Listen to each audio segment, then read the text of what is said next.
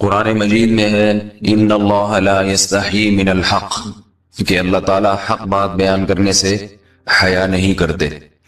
حدیث میں بھی بعض ایسے مسائل کو اللہ کے رسول نے بیان کیا ہے صلی اللہ علیہ وسلم نے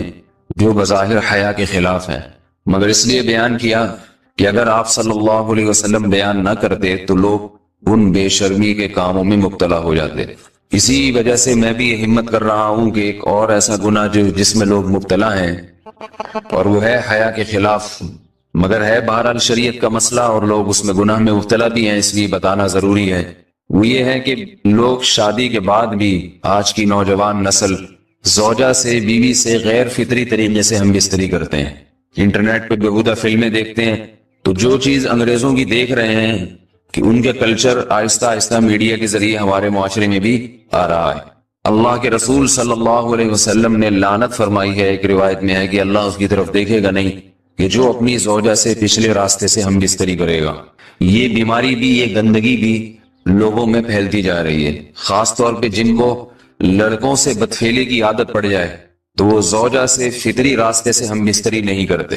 اللہ نے فرمایا کہ نساؤکم حرث لکم، یہ تمہاری زوجات ہیں، بیویاں ہیں، یہ نسل بڑھانے کے لیے ہیں، تو اسی راستے میں انسان اپنی خواہش کو پوری کر سکتا ہے جس راستے سے نسل بڑھتی ہے۔ اس کے علاوہ کسی اور راستے سے اپنی خواہش کو پورا کرنا یہ حرام ہے، گناہ کبیرہ ہے، گندگی ہے۔ ہمارے پاس کیسز آتے ہیں، ایک پاک دامن لڑکی کی شادی ہوتی ہے، لڑکا بھی بظاہر بڑا نیک، لیکن کیا ہے، لڑکا چونکہ ٹھرکی ہوتا ہے، شہوت کا درندہ ہوتا ہے، تو وہ یہ نہیں دیکھتا کہ میں اپنی بری خواہش مٹانے کے لیے میں اپنی زوجہ کو غیر فطری طریقے پر مجبور کیسے کر سکتا ہوں، تو مجبور کرتا ہے پھر اپنی بیوی۔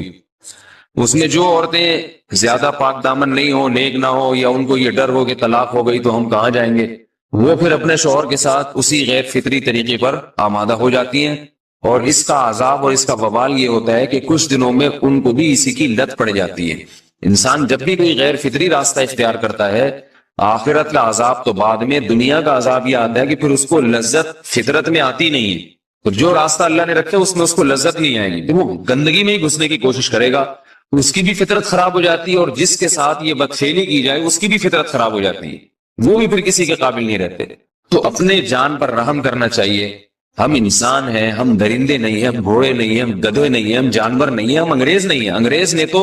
حیا اور شرم کی تمام حدود کو توڑ دیا ہے، وہ تو درندے بن چکے ہیں۔ ہم تو درندے نہیں ہیں، ہم تو حلال کھاتے ہیں، پاک صاف رہنے کی کوشش کرتے ہیں،